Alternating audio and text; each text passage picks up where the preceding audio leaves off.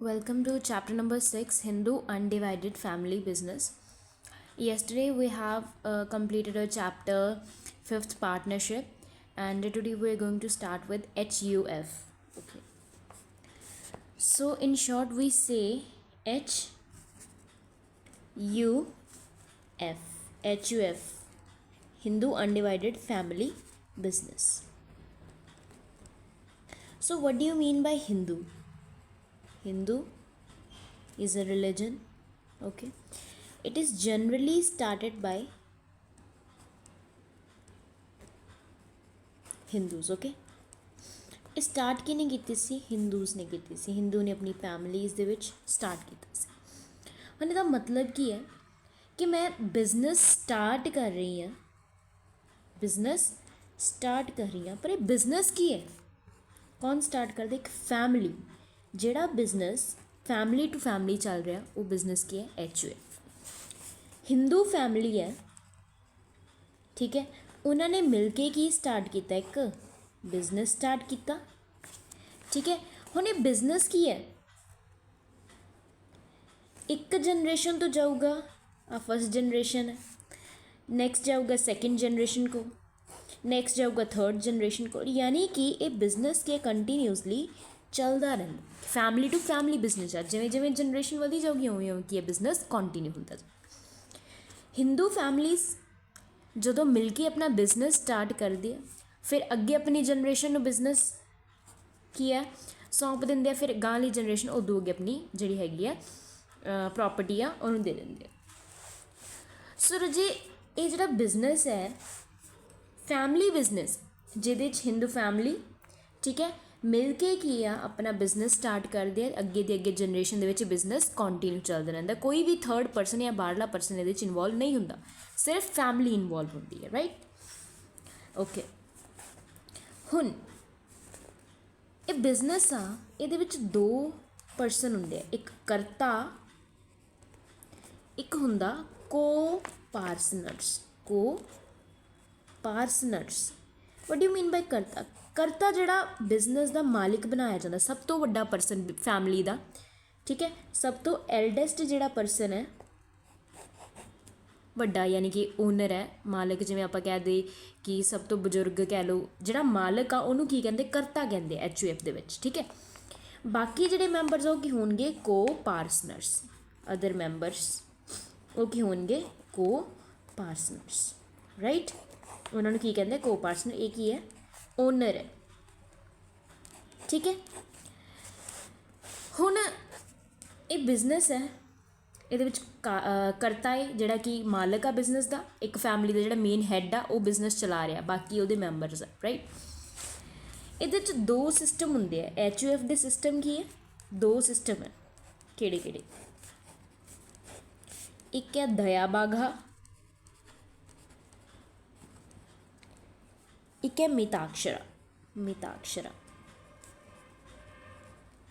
दया बाघा and Mitakshara, ठीक है। दया बाघा system दो स्टेट दे विच चलदा। किहड़ी किहड़ी स्टेट है? एक वैस्ट बंगाल, एक की है असम। इन्हां दोनों नूं छड्ड के अदर स्टेट्स जिहड़ियां बच गईयां उहदे च किहड़ा सिस्टम चलदा? Mitakshara system. Okay, West Bengal ते असम दे विच की चलदा? दया बाघा सिस्टम। मिताक्षरा चलदा बाकी अदर स्टेट इन्हां दोनों नूं छड्ड के, ठीक है। हुण दया बाघा सिस्टम ते मिताक्षरा सिस्टम है की है? दया बाघा सिस्टम वो सिस्टम है जिहदे च की है, जिन्ना टाइम फादर एक्सपायर नहीं हो जाता, यानी कि कह लो मालिक ओनर ही हो गया ना, फादर अपना मेन एक्सपायर नहीं हो जाता, उन्ना टाइम प्रॉपर्टी ट्रांसफर अगली जनरेशन नूं नहीं होगी। जिन्ना टाइम फादर एक्सपायर नहीं हो रहा वो अपनी अगली जनरेशन है जी उन्होंने सन है या डॉटर है, मेल है चाहे फीमेल है, उन्होंने के प्रॉपर्टी ट्रांसफर नहीं करनगे। ये सी दया बाघा सिस्टम, जिन्ना टाइम फादर पास अवे नहीं होंगे उन्ना टाइम प्रॉपर्टी ट्रांसफर नहीं होगी। जो फादर की एक्सपायर हो गए उस तो बाद ये प्रॉपर्टी ट्रांसफर की जाती है उन्होंने बच्चों। ठीक है, ये सी दहबैगा सिस्टम। हुण है Mitakshara system. Mitakshara system. Mitakshara system किहड़ा सिस्टम है? ये वो सिस्टम है जिहदे च की है प्रॉपर्टी ट्रांसफर की जाती है किनू? मेल मैंबर को। इत्थे सी चाहे मेल है चाहे की है फीमेल, दोनों ट्रांसफर हो सकती है। इत्थे की है प्रॉपर्टी किनू ट्रांसफर की जाती है? मेल मैंबर नू ट्रांसफर की जाती है स्पैसीफिकली। ठीक है, ये ट्रांसफर जी प्रॉपर्टी कदों होंदी है? जदों की है मेल मैंबर का बर्थ होंदा घर दे विच। ठीक है, जदों की है मेल मैंबर बर्थ लैंदा उदों ही डिसाइड कर लिता जाता कि आपां कि इहनूं प्रॉपर्टी ट्रांसफर करनी। ये सिस्टम की है बाकी स्टेट दे विच चलदा, आ सिर्फ कित्थे चलदा? वैस्ट बंगाल एंड आसाम दे विच चलदा। ये दोनों सिस्टम क्लीयर हो गए।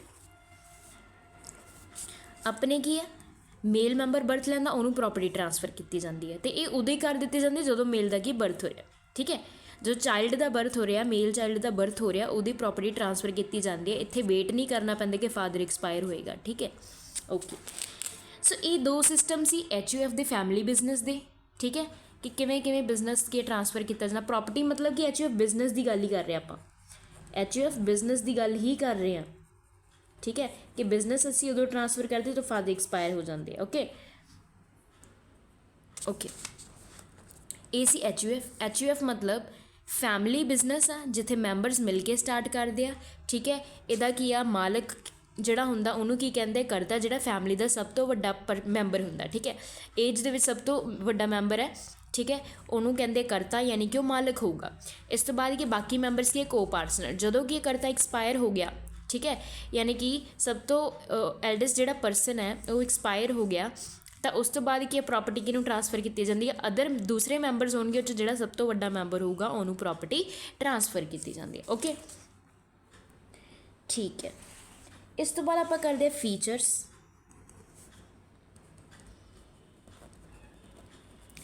Of HUF। सब तो पहले फीचर है नंबर ऑफ मैंबरस।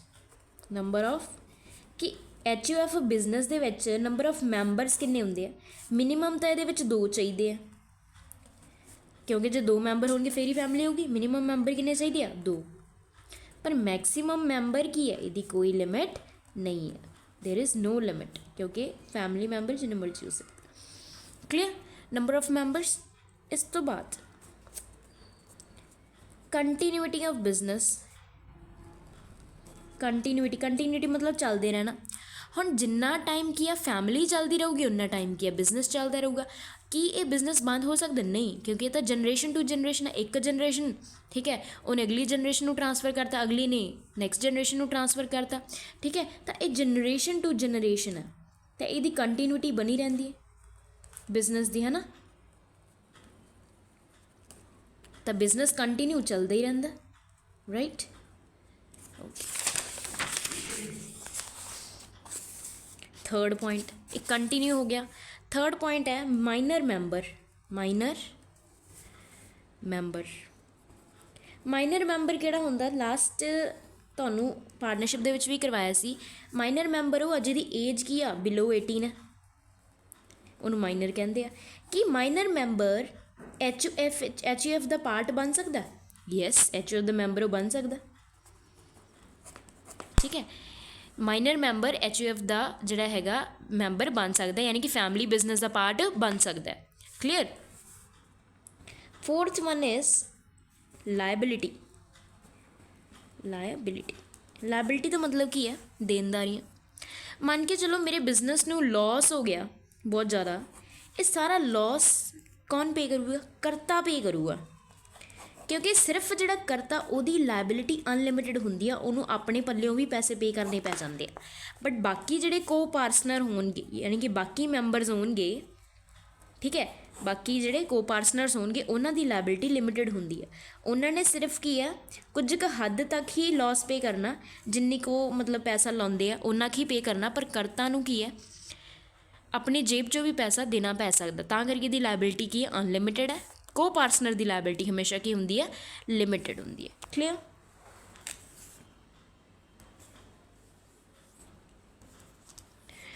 अच्छा एच यू एफ है, एच यू एफ दे विच की है हुण इहदी फॉर्मेशन, एच यू एफ की फॉर्मेशन किवें हुंदी है। ये फैमिली बिजनेस है, ठीक है, ਇਹਦੀ भी ਆਪਾਂ रजिस्ट्रेशन करवानी, ठीक है। ਕਿਹੜੇ एक्ट अंडर रजिस्ट्रेशन होंदी है, the Hindu Succession Act, the Hindu Succession Act 1956 ਆਪਾਂ ਨੂੰ HUF बिजनेस बारे पूरी डिटेल्स दसदा। क्लियर। फॉर्मेशन ये भी लिख सकते कि मिनीमम कितने मैंबर चाहिए आ, 2 चाहिए आ, ठीक है। मैक्सीमम की कोई लिमिट नहीं है। Is that clear? Okay, so these are the features of HUF। Okay,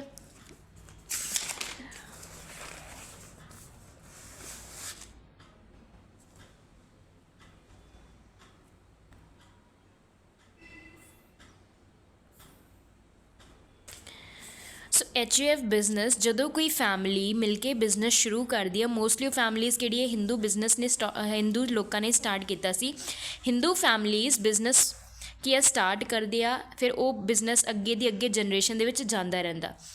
इहदे च दो पर्सन हुंदे आ, मतलब एक करता हुंदा, एक को पार्सन। करता किहनूं कहंदे आ, जिहड़ा कि आ फैमिली दे विच सब तो वड्डा मेन एज दे विच सब तो वड्डा परसन है, वो की मालक हुंदा, ओनर हुंदा, उहनूं की कहंदे करता। बाकी जिहड़े मैंबरस उहनूं की कहंदे को पार्टनर्स कहंदे आ, ठीक है। इन केस करता नूं कुछ हो जे, ठीक है, बाकी जिहड़े मैंबरस है इहदे चों जिहड़ा सब तो वड्डा परसन होऊगा वो की करता वापस तो बन जूगा, ठीक है। इस तो बाद ਇਹਦਾ मतलब ਜਦੋਂ बाकी मैंबरस अगे ਦੀ अगे की आ बिजनेस ਦੇ ओनर बनी जाएंगे तो ये बिजनेस चलता रहूगा, कंटिन्यू चलता रहूगा, ठीक है, बंद हो नहीं हो सकता, कंटिन्यू रहूगा बिजनेस। दैन की आ HUF के 2 सिस्टम होंगे, एक दया भागा सिस्टम, एक मिताक्षरा सिस्टम। दया भागा सिस्टम कित्थे कित्थे एप्लीकेबल आ, वैस्ट बंगाल च चलदा, आसाम दे विच चलदा, ते बाकी स्टेट दे विच की चलदा, मिताक्षरा सिस्टम। ओके, दया बागा सिस्टम वो सिस्टम आ जिहदे विच जिन्ना टाइम फादर एक्सपायर नहीं हुंदा उन्ना टाइम की HUF बिजनेस किसी बाकी जिहड़े मैंबरस आ, चाहे मेल आ चाहे फीमेल आ, ਉਹਦੇ ਵਿੱਚ ट्रांसफर नहीं किया जाता। ਜਦੋਂ फादर एक्सपायर हो गया उस तो बाद HUF बिजनेस की है किसी मेल या फीमेल ਨੂੰ सौंपिया जाता, यानी कि नैक्सट जनरेशन ਨੂੰ सौंपिया जाता, ठीक है। मिताक्षरा सिस्टम वो सिस्टम आ जिहदे च की है जिहड़ा HUF बिजनेस है वो की है मेल मैंबर ਨੂੰ ट्रांसफर किया जाता ਜਦੋਂ मेल चाइल्ड का बर्थ ਹੁੰਦਾ। ਇੱਥੇ ਡੈਥ ਦੀ ਵੇਟ नहीं की जाती, फादर एक्सपायर की वेट नहीं की जाती, ਜਦੋਂ ही मेल चाइल्ड ने बर्थ ले लिया, ठीक है, उस तो बाद ही प्रॉपर्टी या HUF बिजनेस आ वो की किया जाता, ट्रांसफर कर दिता जाता। फीचर्स ऑफ HUF, सब तो पहला पॉइंट है number of members, minimum members किन्ने 2 होंगे, मैक्सीमम जिन्ने मर्जी हो सकते, कोई लिमिट नहीं है। कंटीन्यूटी, जो बिजनेस जनरेशन टू जनरेशन चल रहा तो यदा मतलब मेरा बिजनेस चलता ही रहूगा, कंटिन्यू ही रहेगा, ठीक है।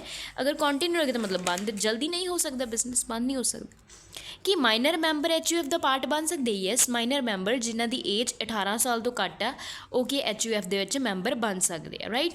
लायबिलिटी हुण इहदे च एक तो करता हुंदा, बाकी एक हुंदा को पार्टनर। करता की है जिहड़ा मालक आ, जे बिजनेस नूं लॉस होया तो उहनूं की अपनी जेब खर्ची चों भी पैसे लॉस पे करना पै सकदा, तां करके उहदी लायबिलिटी अनलिमिटेड हुंदी है, ठीक है, यानी कि उहदे सिर कर्जा अनलिमिटेड हुंदा, पर बाकी को पार्टनर ने लिमिट तक ही पैसे पे करने, लॉस पे करना, ठीक है।